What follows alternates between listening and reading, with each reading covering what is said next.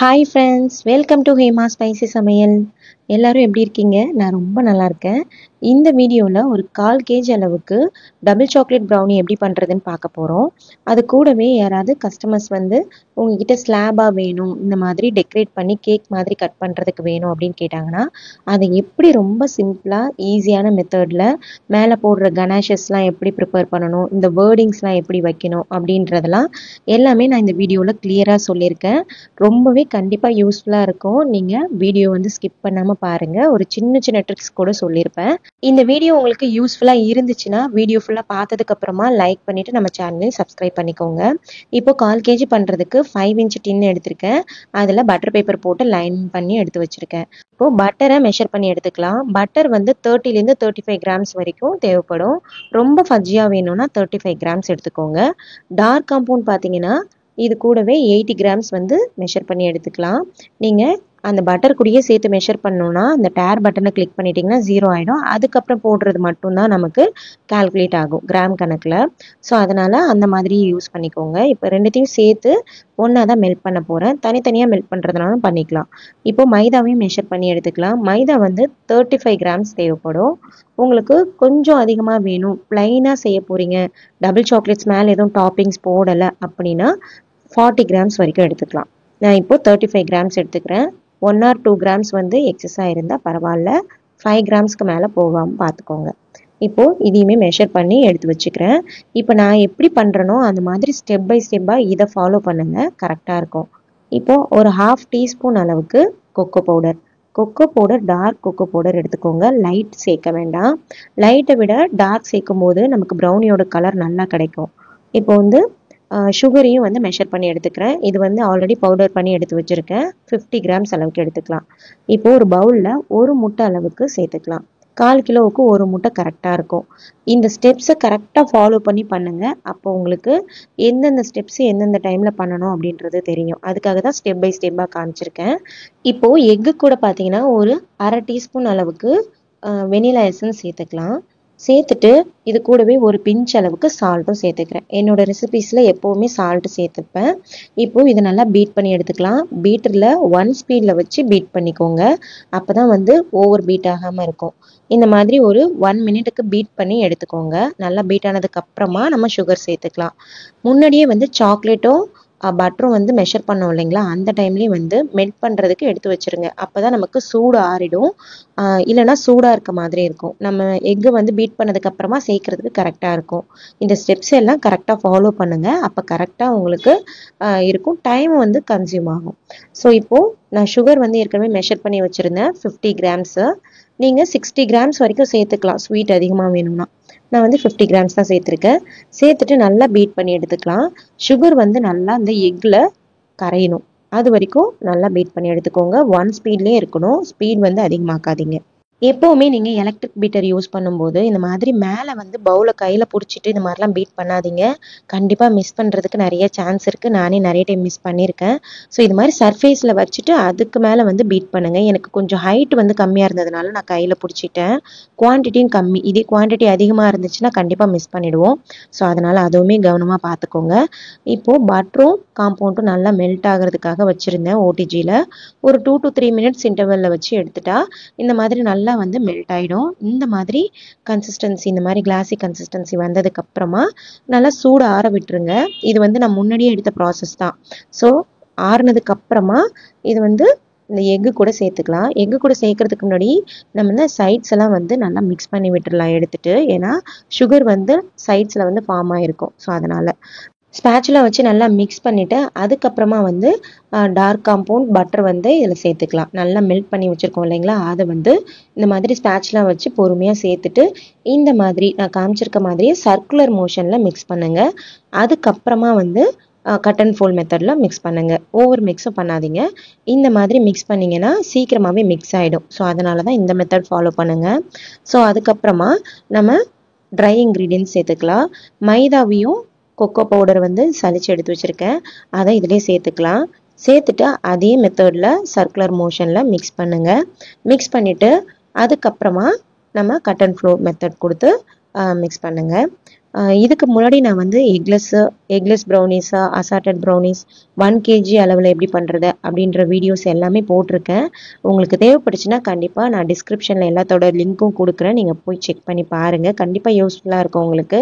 நான் எப்படி என்னோட பிஸ்னஸ்க்கு இந்த ப்ரௌனிஸ் ரெடி பண்ணுறனோ அதை தான் அப்படியே உங்களுக்கு வீடியோவாக எடுத்து காமிச்சிருக்கேன். யாராவது 1/4 kg கேட்டிருந்தா அதை தான் வீடியோவாக எடுத்திருப்பேன். 1 kg கேட்டிருந்தா அதை தான் 1 kg வீடியோவில் போட்டிருப்பேன். ஸோ அதனால் எந்த ஒரு சீக்ரெட்டுமே எதுவுமே இல்லை. ஸோ இதே தான் நான் பண்ணுறது. ஸோ இப்போ பேட்டர் வந்து நமக்கு ரெடி ஆயிடுச்சு. இதை டின்னில் சேர்த்துக்கலாம். டின்னில் சேர்க்கும்போது ஒரு ட்ராப் கூட இல்லாமல் எல்லாத்தையுமே க்ளீனாக வந்து எடுத்து சேர்த்துக்கோங்க. ஸ்பேட்சுலா வச்சு எடுக்கும்போது நமக்கு அழகாக க்ளீனாக வந்துடும். ஸோ அதனால் எல்லாத்தையுமே ரெடி பண்ணி இந்த மாதிரி எடுத்துட்டு அதுக்கப்புறமா ஏர் பபிள்ஸ் எல்லாம் இந்த மாதிரி ஒரு ஸ்டிக் வச்சு ரிலீஸ் பண்ணி விட்டுருங்க. ரிலீஸ் பண்ணி விட்டுட்டா நமக்கு வந்து ஏர்ஸ் கீழே வந்து ஃபார்ம் ஆகாமல் இருக்கும். அவ்வளவுதான். இது வந்து டபுள் சாக்லேட் ப்ரௌனின்றதுனால மேலே வந்து மில்க் சாக்லேட்டும் ஒயிட் சாக்லேட்டும் கஸ்டமர் கேட்டிருந்தாங்க. ஸோ அந்த மாதிரி வந்து நான் டாப்பிங்ஸ் கொடுக்குறேன் குட்டி குட்டியாக. உங்களுக்கு பிளைனாக வேணும்னா இந்த டாப்பிங்ஸ் எதுவும் போடாமல் அப்படியே வந்து பேக் பண்ணி எடுக்க வேண்டியதான். இப்போ பாருங்கள், இந்த மாதிரி டாப்பிங்ஸ் வந்து ஒயிட் சாக்லேட்டும் மில்க் சாக்லேட்டும் கேட்டிருந்ததுனால கொடுக்குறேன். அதுவுமே வந்து ரொம்ப பெரிய சைஸில் போடக்கூடாது, ரொம்ப குட்டி குட்டியாகவும் போடக்கூடாது. ஒரு நார்மல் சைஸில் போட்டிங்கன்னா உங்களுக்கு நல்லா வந்து பேக் ஆனதுக்கப்புறமா சாப்பிட்றதுக்கு கரெக்டாக இருக்கும். எல்லாத்தையுமே வந்து ஃபில் பண்ணிட்டேன். இப்போது ஓடிஜியை வந்து ஏற்கனவே ப்ரீஹீட் பண்ணியிருந்தேன். 10 மினிட்ஸ்க்கு பேக் மோடில் வச்சு 180 டிகிரியில் ப்ரீஹீட் பண்ணி வச்சுருந்தேன். மைதா சேர்க்கும் போது ப்ரீஹீட் பண்ணிங்கன்னா கரெக்டாக இருக்கும். ஸோ அந்த டைம்லேயே நான் ப்ரீஹீட் பண்ணி முடிச்சிட்டேன். டைமிங் முடிஞ்சதுக்கப்புறமா திருப்பி ஒரு 20 மினிட்ஸுக்கு டின்னை வச்சுட்டு பேக் பண்ணி எடுக்கலாம், கரெக்டாக இருக்கும். இப்போ வந்து பார்த்தீங்கன்னா மில்க் சாக்லேட் கனாஷ், அது மேலே டெக்கரேஷனுக்காக நம்ம மில்க் சாக்லேட் கனாஷ் போட போகிறோம். ஸோ அதுக்காக மில்க் காம்பவுண்ட் பார்த்தீங்கன்னா 100 கிராம்ஸ் எடுக்க போகிறோம். இதுவுமே வந்து பார்த்தீங்கன்னா மார்டே பிராண்ட் தான் யூஸ் பண்ணிகிட்ருக்கேன். அதுக்கப்புறமா 50 கிராம்ஸ் அமுல் ஃப்ரெஷ் க்ரீம் எடுக்க போகிறேன். நீங்கள் ஃப்ரெஷ் க்ரீமுக்கு பதிலாக விப்பிங் க்ரீம் கூட யூஸ் பண்ணிக்கலாம். 2:1 ரேஷியோவில் எடுக்கும்போது கரெக்டாக இருக்கும். நீங்கள் ஃப்ரெஷ் க்ரீம் எடுக்கிறதுனால ஃப்ரிட்ஜ்லேருந்து எடுத்தீங்கன்னா நல்லா வந்து ஷேக் பண்ணி எடுத்துக்கோங்க. அப்போ தான் வந்து எல்லாமே ஈவனாக மிக்ஸ் ஆகி இருக்கும். ஸோ இப்போது 50 கிராம்ஸ் அளவுக்கு எடுத்துகிட்டு இதை வந்து ஓடிஜியில் இல்லைனா வந்து டபுள் பாயிலிங் மெத்தட் எப்படி வேணால் மெல்ட் பண்ணி எடுத்துக்கோங்க. நான் வந்து ஓடிஜியில் தான் மெல்ட் பண்ணி எடுத்திருந்தேன். இப்போது மெல்ட் ஆனதுக்கப்புறமா ஸ்பேட்சுலா வச்சு நல்லா வந்து நம்ம சர்க்குலர் மோஷனில் பட்டர் கூட காம்பவுண்ட் சேர்த்து எப்படி நம்ம மிக்ஸ் பண்ணுவோமோ அந்த மாதிரி நல்லா கட்டி இல்லாமல் இந்த மாதிரி குட்டி குட்டியாக சின்ன சின்ன ஏர் பபிள்ஸ்லாம் எதுவுமே இல்லாமல் நல்லா வந்து மிக்ஸ் பண்ணி எடுத்துக்கோங்க. ஸ்பேட்சுலா வச்சு நல்லா வந்து மிக்ஸ் பண்ணணும். ஏன்னா நம்ம க்ரீம் வந்து ஸ்ப்ரெட் பண்ணும்போது நமக்கு ஏர்ஸ் இருந்தால் கரெக்டாக வந்து கன்சிஸ்டன்சி வராது. ஸோ அதனால தான் இந்த அளவுக்கு நல்லா வந்து மெல்ட் பண்ணி எடுத்ததுக்கு அப்புறமா பைப்பிங் பேக்ல சேர்த்துட்டு நம்ம ஃப்ரிட்ஜில் வந்து ஒரு 5 மினிட்ஸ்க்கு வைக்கணும். அப்போ தான் வந்து நமக்கு கன்சிஸ்டன்சி கரெக்டாக இருக்கும். 5 to 10 மினிட்ஸ் கூட வைக்கலாம். ஒரு ஃப்ரிட்ஜோட அதாவது கூலிங்கை பொறுத்து எப்படி இருக்கும். ஸோ ஒரு 10 மினிட்ஸ் கூட வைக்கலாம். ஏன்னா நமக்கு அந்த க்ரீம் வந்து கொஞ்சம் திக்காகி இருக்கும். நமக்கு அப்போ தான் வந்து மேலே ஸ்ப்ரெட் பண்ணும்போது ஈவனாக வந்து ஸ்ப்ரெட் ஆகும், நல்லா மெல்ட் ஆகாமல் இருக்கும். ஸோ அதுக்காக தான். ஸோ இந்த மாதிரி பைப்பிங் பேக்கில் போட்டுட்டு ஃப்ரிட்ஜில் வச்சுருங்க.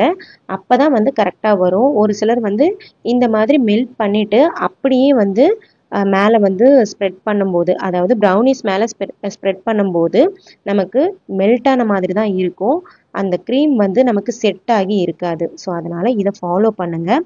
இதோட ரேஷியோஸ் எப்படி பண்ணணும் அப்படின்றதெல்லாம் வந்து நான் ஷார்ட்ஸ்லேயுமே ஷேர் பண்ணியிருக்கேன். தேவைப்படுறவங்க செக் பண்ணி பாருங்கள். அடுத்தது கொஞ்சமாக ஒயிட் காம்பவுண்ட் எடுத்திருக்கேன். அதை வந்து மெல்ட் பண்ணி எடுத்து வச்சுருக்கேன். இது வந்து வெறும் ஒயிட் காம்பவுண்ட் மட்டும்தான், வேறு எதுவுமே இது கூட சேர்க்கலை. இது எதுக்காகனா மேலே வந்து வேர்டிங்ஸ் ஏதாவது கேட்டாங்கன்னா அதில் வந்து ஒயிட் காம்பவுண்டில் இந்த மாதிரி ஃபில் பண்ணி இந்த மாதிரி பைப்பிங் பேக்கில் போட்டு பண்ணும்போது நமக்கு அங்கேயும் சிந்தாமல் இருக்கும். ஸோ அதுக்காக தான் பைப்பிங் பேக்கில் போட்டுட்டு இந்த மாதிரி மோல்டில் வந்து எந்தெந்த லெட்டர்ஸ் வேணுமோ அதை போட்டுட்டு டேப் பண்ணிவிட்டு ஃப்ரிட்ஜில் வந்து ஒரு 5 மினிட்ஸ்க்கு வச்சு எடுத்தாலே நல்லா செட் ஆகிடும். இப்போ பாருங்கள், 20 மினிட்ஸ்லேயே எனக்கு ப்ரௌனி சூப்பராக பேக் ஆகிடுச்சு. ஒரு சில ஓடிஜியை பொறுத்து 25 மினிட்ஸ் கூட ஆகலாம். ஒரு 2 ஹவர்ஸ் வந்து நான் நல்லா கூல் டவுன் பண்ணிவிட்டு அதுக்கப்புறமா எடுத்திருக்கேன். இப்போது வெயிட் மிஷினில் வெயிட் போட்டிருக்கேன் பாருங்கள். நமக்கு டோட்டலாக 274 கிராம்ஸ் கிட்டே இருக்குது. ஸ்லாபாக கேட்கும்போது கொஞ்சம் எக்ஸ்ட்ரா இருந்தாலுமே அப்படியே நான் கஸ்டமருக்கு கொடுத்துருவேன். இப்போ பாருங்கள், இந்த கனாஷஸும் ஃப்ரிட்ஜில் வந்து செட் பண்ணி எடுத்துகிட்டு வந்துட்டேன். இப்போது டெக்கரேஷன் ஸ்டார்ட் பண்ணிடலாம். எல்லாமே நம்ம ரெடி பண்ணி எடுத்து வச்சிட்டோம். இப்போது இது எல்லாத்தையும் ரெடி பண்ணிட்டீங்கன்னா உங்களுக்கு ஈஸியாக இருக்கும் டெக்கரேட் பண்ணுறதுக்கு. இப்போ ஒரு 6 இன்ச் அளவுக்கு போர்டு எடுத்திருக்கேன், 1 இன்ச் எக்ஸ்ட்ரா எடுத்திருக்கேன். ஸோ அப்போ வந்து நமக்கு சென்டரா வந்து வைக்கிறதுக்கு கரெக்டாக இருக்கும். அதனால இது மேலே கொஞ்சமாக அந்த மில்க் சாக்லேட் கனாஷ் வந்து அப்ளை பண்ணிட்டு அது மேலே வந்து ப்ரௌனியை இந்த மாதிரி செட் பண்ணி எடுத்துக்கிறேன். அப்போ வந்து ப்ரௌனி வந்து மூவ் ஆகாமல் இருக்கும். இப்போ நம்ம கொஞ்சம் தூரமாக வந்து ட்ராவல் பண்ணி எடுத்துகிட்டு போகிறோம் அப்படின்னாலும் கூட மூவ் ஆகாமல் இருக்கும். ஸோ அதனால் இதையுமே ஃபாலோ பண்ணிக்கோங்க. இது மேலே மில்க் சாக்லேட் கனாஷை வந்து இப்போ நான் எப்படி வீடியோவில் காமிக்கிறேனோ அந்த மாதிரி ஜிக்ஸாக்காக இந்த மாதிரி லைன்ஸ் வந்து போட்டுக்கோங்க. கொஞ்சம் கேப் இல்லாமல் போட்டுக்கோங்க. அப்போ வந்து நமக்கு டெக்கரேட் பண்ணும்போது ஸ்டிக் வச்சு டெக்கரேட் பண்ணும்போது கரெக்டாக வரும். ஸோ கஸ்டமர் எந்தெந்த கனாஷ் கேட்குறாங்க, இப்போ டார்க் கேட்டாங்கன்னா டார்க்கும் இதே மாதிரி ரெடி பண்ணிக்கோங்க, ஒயிட் கேட்டாங்கன்னா ஒயிட் ரெடி பண்ணிக்கோங்க. ஸோ எல்லாம் மிக்ஸ் பண்ணி கேட்குறாங்கன்னா 3 லேயர்ஸ் கூட கொடுத்துக்கலாம். நான் வந்து தம்ப்நெயிலில் வச்சுருப்பேன், அந்த மாதிரி 3 லேயர்ஸ் கூட கொடுத்துக்கலாம். இப்போ வந்து இந்த கஸ்டமர் வந்து மில்க் சாக்லேட் மட்டும் எனக்கு போதும் அப்படின்னு கேட்டதுனால நான் மில்க் மட்டும் அப்ளை பண்ணியிருக்கேன். இப்போ பாருங்கள் எங்கெங்கே கேப் இருக்கோ அந்த இடம்லாம் நான் ஃபில் பண்ணியிருக்கேன். ஃபுல்லாகவே இது மாதிரி ஃபில் பண்ணிவிட்டு ஒரு ஸ்டிக் வச்சு இந்த மாதிரி டூத் பிக் வச்சுட்டு ஜிக்ஸாக்காக இந்த மாதிரி லைன்ஸ் போட்டிங்கன்னா அழகாக வந்து சூப்பராக டிசைன் வந்துடும். இது வந்து நீங்கள் ஃப்ரிட்ஜில் செட் பண்ணால் மட்டும்தான் இந்த மாதிரி பண்ணால் அழகாக இருக்கும் பார்க்குறதுக்கு. நீங்கள் ஃப்ரிட்ஜில் செட் பண்ணாமல் கனாஷஸ் அப்படியே போட்டிங்கன்னா மெல்ட் ஆகி எல்லாமே கொலாப்ஸ் ஆகிடும். அதனால் வந்து இந்த மாதிரி ஃப்ரிட்ஜில் செட் பண்ணிவிட்டு அதுக்கப்புறமா இந்த மாதிரி பண்ணுங்கள். இது மேலே அவங்க கேட்டிருந்த வேர்டிங்ஸ் என்னென்னவோ அதை வந்து இந்த மாதிரி ப்ளேஸ் பண்ணிக்கோங்க. இப்போ வந்து க்ளவுஸ் போட்டு பண்ண முடியாது, ஏன்னா பண்ணும்போது நமக்கு கணேஷ் மேலே நல்லா வந்து மிஸ் ஆகிடும். ஸோ அதனால் வந்து கையில் தான் வைக்கிற மாதிரி இருக்கும். இது மட்டும் நல்லா ஹேண்ட் நல்லா வாஷ் பண்ணிவிட்டு க்ளீனாக இந்த மாதிரி செட் பண்ணிக்கோங்க. அவ்வளவுதான், சூப்பராக நம்மளோட ப்ரௌனி ஸ்லாப் வந்து ரெடி ஆகிடும். இது மேலே கஸ்டமர் ஸ்ப்ரிங்கிள்ஸ்லாம் கேட்டாங்கன்னா அவங்களோட விஷுக்கு தகுந்த மாதிரி நீங்கள் ரெடி பண்ணிக்கோங்க. இந்த கஸ்டமர் வந்து எதுவுமே வேண்டாம்னு சொல்லிட்டாங்க. ஸோ அதனால் சிம்பிளாக இந்த மாதிரி ரெடி பண்ணியிருந்தேன். இது கூடவே 1/2 kg அளவில் இன்னொரு ஸ்லாப் வந்து பண்ணியிருந்தேன், அதையுமே வந்து இது கூட அட்டாச் பண்ணியிருக்கேன். அதில் வந்து பார்த்தீங்கன்னா 3 டைப் ஆஃப் சாக்லேட் கனாஷஸ் வந்து அப்ளை பண்ண சொல்லியிருந்தாங்க, டார்க், மில்க் அண்ட் ஒயிட்டு.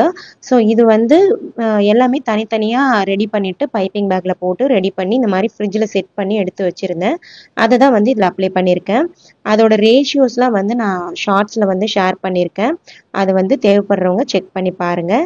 அதே ப்ராசஸ் முன்னாடி எப்படி பண்ணணும் அதே மாதிரி ஒரு ஸ்டிக் வச்சு இந்த மாதிரி சின்னதாக டிசைன்ஸ் வந்து ஜிக்ஸாக்காக போட்டு விட்டுட்டோன்னா சூப்பராக டிசைன் ஆகிடும். இதுக்கு மேலே நம்ம என்ன லெட்டர்ஸ் அவங்க கேட்குறாங்க, ஹாப்பி பர்த்டே அது மாதிரி நேம் ஏதாவது கேட்டாங்கன்னா அந்த லெட்டர்ஸ் மட்டும் ஒயிட் சாக்லேட்டில் இந்த மாதிரி மோல்டில் போட்டு எடுத்து வச்சுட்டோன்னா சூப்பராக வந்து ப்ளேஸ் பண்ணிடலாம். இந்த மாதிரி பொறுமையாக ப்ளேஸ் பண்ணணும். அது வந்து கொஞ்சம் பார்த்து தான் பண்ணுற மாதிரி இருக்கும். ஸோ நான் வீடியோவில் எப்படி காமிச்சிருக்கணும் அது மாதிரி பொறுமையாக பண்ணுங்கள், உங்களுக்குமே பர்ஃபெக்டாக சூப்பராக வரும். கஸ்டமர் வந்து ஸ்ப்ரிங்கிள்ஸ் கேட்டாங்கன்னா ஸ்ப்ரிங்கிள்ஸ் ஆட் பண்ணி அந்த மாதிரி பண்ணி கொடுங்க. எந்த மாதிரி வேணும்னு முன்னாடியே கேட்டுருங்க. ஸோ அது வந்து அந்த மாதிரி பண்ணுறதுக்கு ரொம்பவே ஈஸியாக இருக்கும். இந்த 1/2 kg ஸ்லாபில் பார்த்தீங்கன்னா கஸ்டமர் வந்து சிம்பிளான வேர்டிங்ஸ் வந்து ஒயிட் சாக்லேட்டில் கேட்டிருந்தாங்க. அவங்க கேட்டிருந்த மாதிரியே வேர்டிங்ஸை கொடுத்துட்டு லைட்டாக வந்து ஸ்ப்ரிங்கிள்ஸை சில்வர் கலரில் கேட்டிருந்தாங்க. ஸோ அது வந்து மேலே வந்து ஸ்ப்ரெட் பண்ணி விட்டுருந்தேன். ஸோ பார்க்குறதுக்கே ரொம்ப வந்து ப்ளசண்ட்டாகவும் சூப்பராகவும் இருக்கும். ரொம்ப அதிகமாக டெக்கரேட் பண்ணால் பார்க்குறதுக்கு அவ்வளோ நல்லா இருக்காது. ஸோ கஸ்டமர் எப்படி கேட்குறாங்களோ அவங்களுக்கு பிடிச்ச மாதிரியே பண்ணி கொடுங்க. கண்டிப்பாக உங்ககிட்ட மறுபடியும் வாங்குவாங்க. உங்களுக்கு ஏதாவது ப்ரௌனி ஆர்டர் தேவைப்பட்டது, ப்ரௌனிஸ் எங்கிட்ட வாங்கணும் அப்படின்னு நினச்சிங்கன்னா நம்ம வாட்ஸ்அப் நம்பருக்கு மெசேஜ் பண்ணுங்கள், கால் ஆர் மெசேஜ் கூட பண்ணுங்கள். உங்களுக்கும் இதே மாதிரி ப்ரௌனி ஸ்லாப் ஆர்டர்ஸ் வந்ததுன்னா இதே ஃபாலோ பண்ணி கொடுங்க. கண்டிப்பாக பர்ஃபெக்டாக இருக்கும். ஏதாவது டவுட்ஸ்னால் கேளுங்க. இந்த வீடியோ யூஸ்ஃபுல்லாக இருந்ததுன்னா நம்ம சேனலை சப்ஸ்கிரைப் பண்ணிக்கோங்க. இந்த வீடியோவுக்கு ஒரு லைக் கொடுத்துக்கோங்க. இப்போ புதுசாக ஹைப்புன்னு ஒரு பட்டன் இருக்கும், அதையுமே கிளிக் பண்ணிட்டீங்கன்னா இது வந்து யூஸ்ஃபுல்லான வீடியோன்றதுனால நிறைய பேருக்கு ஷேர் ஆகும், சஜஷனில் போகும். ஸோ அதனால் மற்றவங்களுக்கும் ஷேர் பண்ணணும்னு நினச்சிங்கன்னா அந்த ஹைப் பட்டனையும் கிளிக் பண்ணிக்கோங்க. ரொம்ப நேரம் இந்த வீடியோவை பொறுமையாக பார்த்ததுக்கு ரொம்ப ரொம்ப தேங்க்யூ ஸோ மச்.